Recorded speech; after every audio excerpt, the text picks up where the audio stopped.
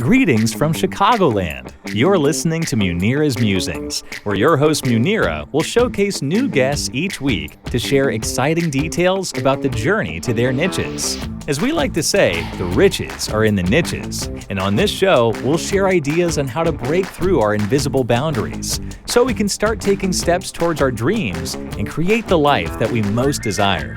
If you're passionate about impacting lives, then this podcast will give you some great ideas and equip you with the tools to quickly grow your business. Okay, let's get started with today's show. Here's your host, Munira. Greetings from Chicagoland. This is Munira, the Niche Navigator, coming to you live with another episode. Our guest today is Kevin Ringstaff, all the way from Tennessee. Hi, Kevin. Welcome to Munira's Musings. Hi, Munira. It's great to thank you for having me. You are welcome. So, ladies and gentlemen, you know that this show is out there for you because we want to make a difference in the entrepreneur's life. And in the past few episodes, we have brought you a few unique individuals who do very different things. Our guest today helps people overcome grief. And it's a very unique kind of grief because those people who have lost their pets. We want to know how he has started this journey and has overcome this grief himself, and now how he's helping other people. So without further ado, let's welcome Kevin. Kevin, tell us a little bit about yourself. Hi. Well, I'm Kevin Ringstaff. I founded Pet Cloud probably 6 or 7 years ago now. And really just as a place in a community where people can come and bring their grief after they lose their pets. I started it when I lost a pet of my own, Henry Fats Rothschild, a cat of mine, a fluffy orange white-haired cat who went missing actually. And, that's a very specific kind of grief. Pet losses, and there's not a lot of support out there for it. There was the APLB, and that's how I initially got trained in learning all about this and found support initially. But ever since then, it's just been just building and growing and just supporting everyone where I can. So you lost a cat. How long have you had the cat? He was with me for 6 years, from the time he could fit into my hands. Excuse me. So he was with you, and then he just went missing. Yeah, just he got out one day, and he normally would come home in the morning, but he just never did. How long was it before you realized that he's not coming back? Oh, like a day. He's normally there in the morning. So at nighttime, I was out looking for him, and then, we spend like months looking for him. But wow. Eventually, I stopped looking. And okay, so you've had him since he was a kitten, and now he's gone. Tell us a little bit about your grief process, because I know grief is a very, very strong emotion. Most people can not overcome it. Some people have, and different people have different ways of handling this grief. And pet grief, although it's common in a lot of people, we haven't heard much about it. So tell us how you handled it. Okay. Well, one of the first things I learned about grief is there's nothing wrong with it. Everyone treats grief like it's some sort of problem that we need to overcome, that we need to get over, that we need to get back into life as fast as possible. And that's not really the case of it. There's a lot to be learned in grief. And sometimes grief sticks with us, forever. That person, that pet, even material things like a job or a house that we lost, we can still have that sort of those pains decades later, right? So it's not just about just overcoming it. It's about just managing how we feel day to day. And we do that just by just the little steps that we do to take care of ourselves in grief. And that's basically what I talk about a lot. How are we taking care of ourselves today? How is this day for us? You make a very good point about fact is that you don't overcome it, you just have to manage it. So how were you able to manage it? Like, what steps did you take? For me personally, it was learning about grief, how I personally react to it. Everyone reacts differently. And, when we think about it, who taught us how to grieve? Okay. Odds are like no one, right? We learn from our parents and those around us. So whatever they did, we do as adults, whatever that is. And that's not necessarily the best way to go through grief. And the first thing that I did was just learn about my own grief and my own way that I distract myself and deal with that energy of grief. And then it's, writing, self-care, being honest with how I feel. If I'm not feeling up to going out, I'm not going to pretend to be happy and then go out. I'm just going to stay in, take a self-care night, that kind of thing. Okay, I totally get it. Totally get it. So how is a pet grief different from people grief? Like, people lose loved ones all the time. I know it may be similar. I'm not sure because I don't have a pet. I've not lost a pet. I've lost people in my life. So how is that different? Have you lost people? I'm just going to ask you outright. Sorry. I have. So you've seen the both aspects. How is that different, or is that similar? Well, grief is grief, regardless where it comes from.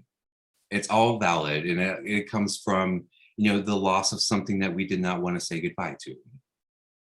Okay. Whether that's a human or a pet, right? So we can't really compare human loss to pet loss because it's not a straight comparison. It's just, the grief is always valid. Okay. And so, but we can look at some of the differences there, and why it hurts so much when we lose a pet. Because we're so much closer to our pets, so much more intimate, right? We see our pets every single morning, noon, and night. All their food comes from us. They're basically children who never grow up. We're responsible for everything about them. And, it can feel devastating when they pass on because it feels like it could, for a lot of people, like we failed, like we could have done different. And we have that huge amount of guilt associated a lot of times with the loss of a pet. And in addition to the intensity of the bond, a lot of people have pets for emotional support, for PTSD, for, other mental health aspects, and for like activities of daily life, service animals. And when we lose those two, we've also lost that whole component of, just daily life. And that's just another loss too. I get it. I get what you're saying. So you've gone through loss. Did you then get another cat? I waited a while. With a lost pet, it was, challenging. Like, when do I stop searching and that kind of thing. But I eventually adopted 2 more cats. Ponce de Leon, which he's around here somewhere. That's his bed in the background there. He's my mascot. One of the reasons people come to our groups. Ponce de Leon. Mm-hmm. Okay. Yeah. That's a very nice name. Yeah. And I have my dog, Sir William Brody. And then you have a spider, you said. I do. I kind of accidentally adopted a tarantula. She's going to be 9 years old this year. How do you accidentally adopt a tarantula? Isn't a tarantula dangerous? Well, it can bite you. I wouldn't call it dangerous. I got her for a Halloween party. I thought it would be fun to have, a spider crawling on people for a party. But November 1st, I woke up and like, oh, I've got a spider now. How do I take care of it? And I just learned, and she's been with me ever since. So how do you take care of a spider? I just feed her, give her some water, and leave her alone. And that's it. You feed her She eats crickets that I buy from the store. live crickets? Yeah. Okay, how do you know if a spider is a he or a she?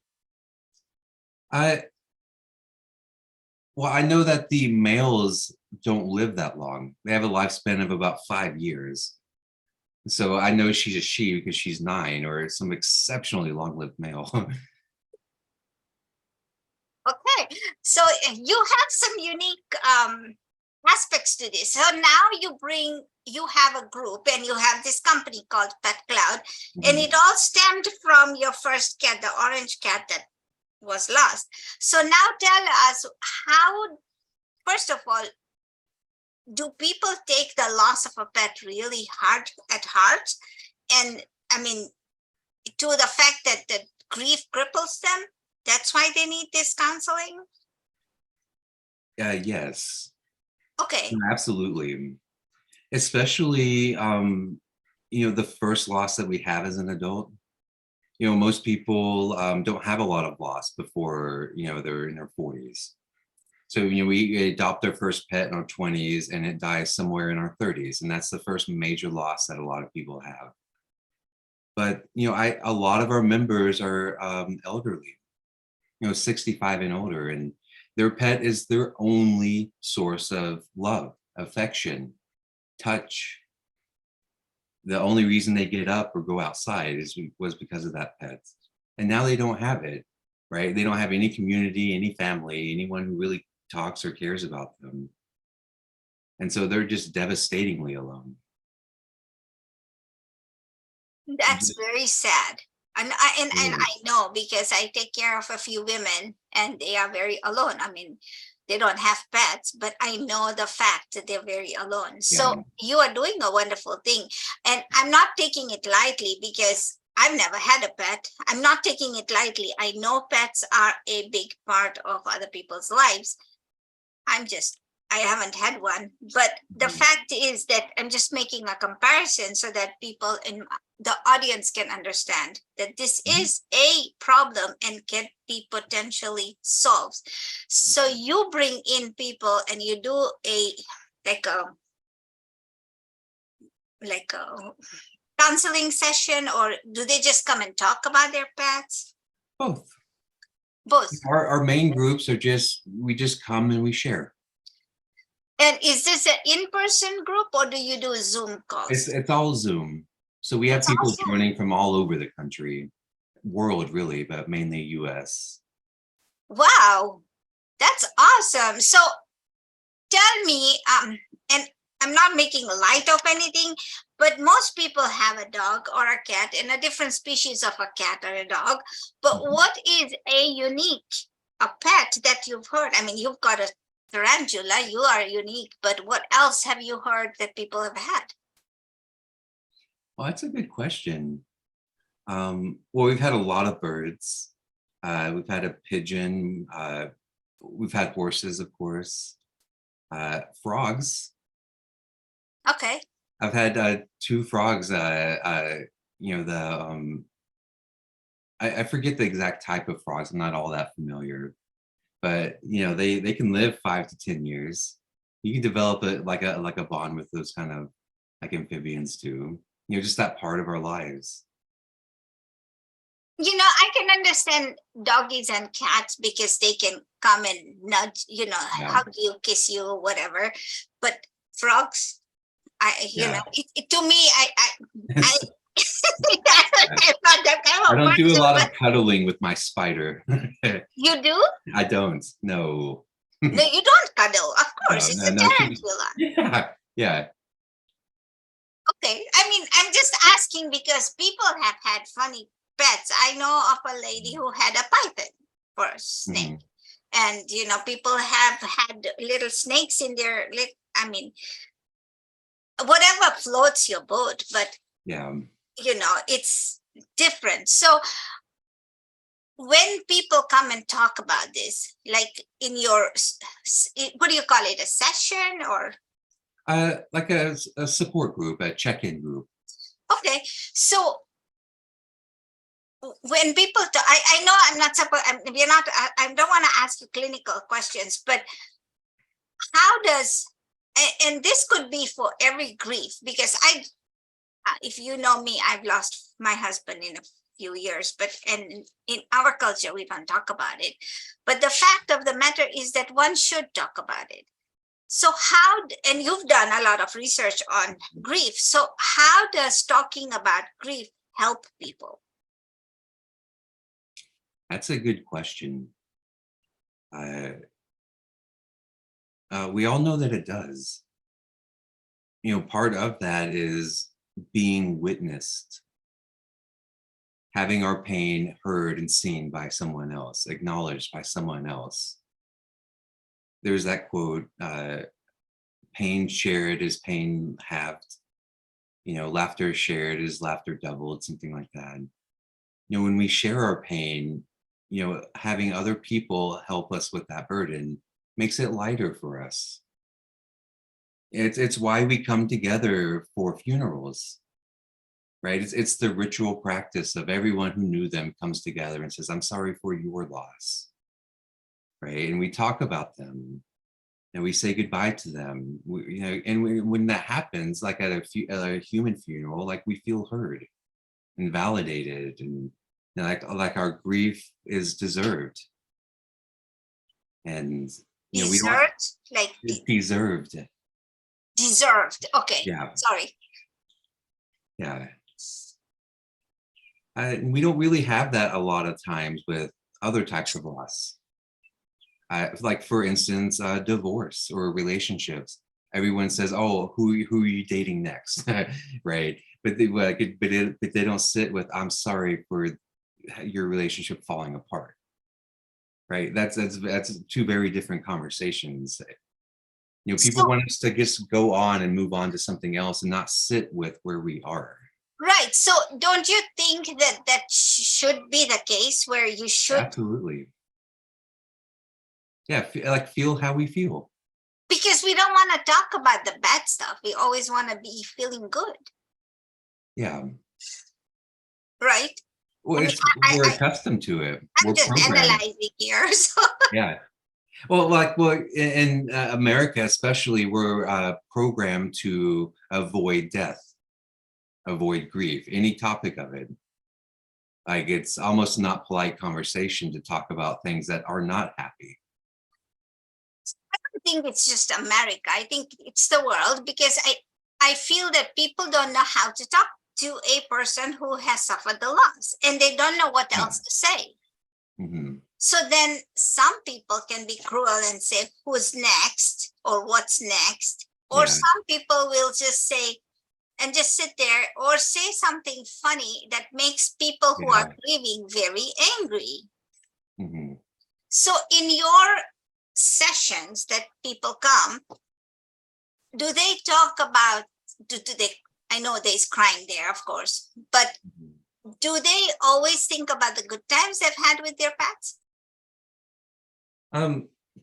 Yeah, that's the thing. Everyone says like we should start focusing more on all those good memories and less on the bad. But right after a loss, right, we need to say those bad things. Sometimes like over and over and over again until they get out of us. And some people have, it's like the hardest time like sharing those kind of memories right off the bat. What bad things? Give me an example. Well, like however it ended. Right. You had a dog who bit you all the time, so you would say, "Oh, that much." Or who had a sudden cancer and you had to euthanize them, like in a day, no chance to say goodbye or anything, just gone. Right, and you know that sudden shock of it.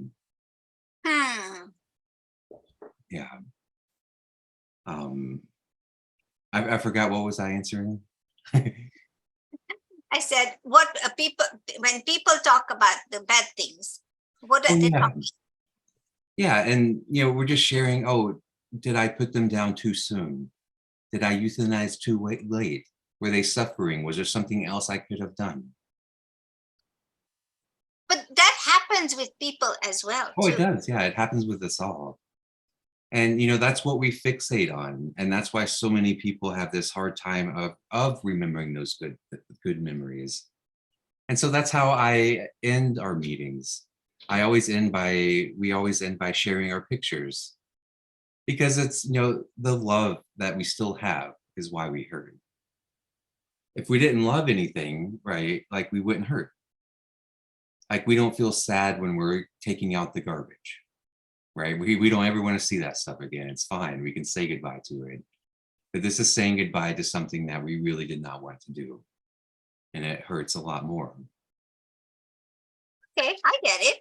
So you, in the beginning, when we first started the show, you said something about divorce. You talked about a little bit of Mhm. job loss and everything. How does that compare to death? It's just another type of loss. And we all grieve at 100%. And we really never really know how a loss is going to affect someone, because we don't know their relationship with it.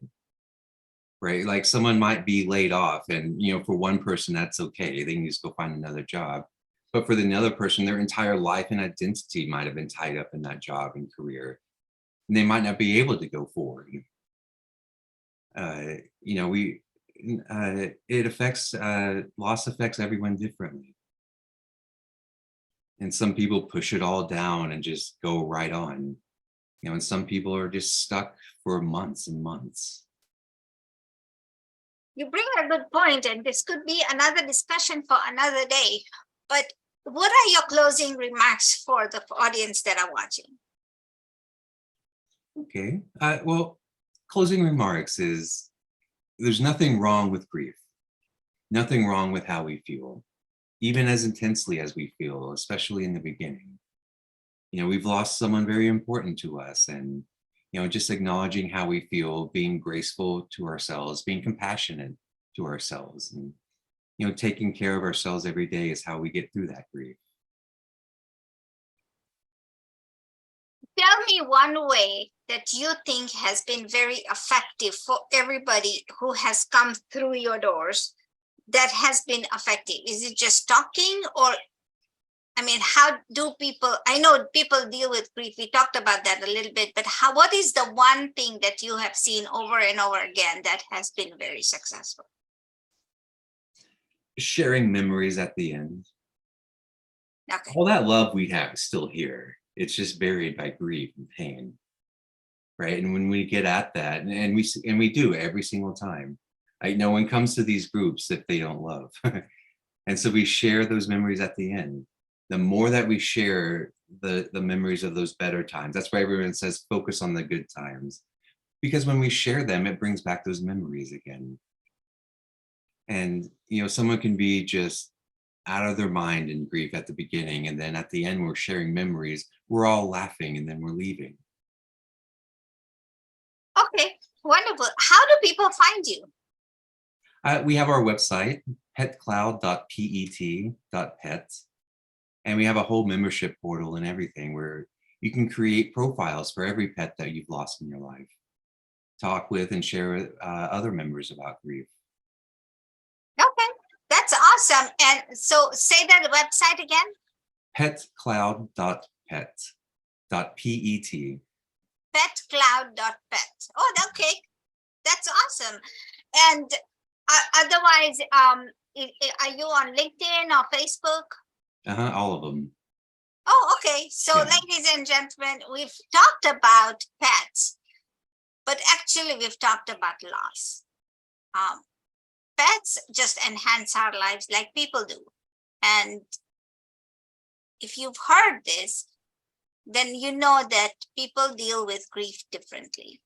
We know that we need to have some kind of a support, some kind of a pullback from where we need to get out of. One thing Kevin has said, that it's okay to feel grief. It's okay. But it doesn't mean that you just have to overcome it and just get on to the next thing. It stays with you. Grief does stay with you. I've experienced it for years. So just like he just helps people with pets, but there are other organizations that help with people loss.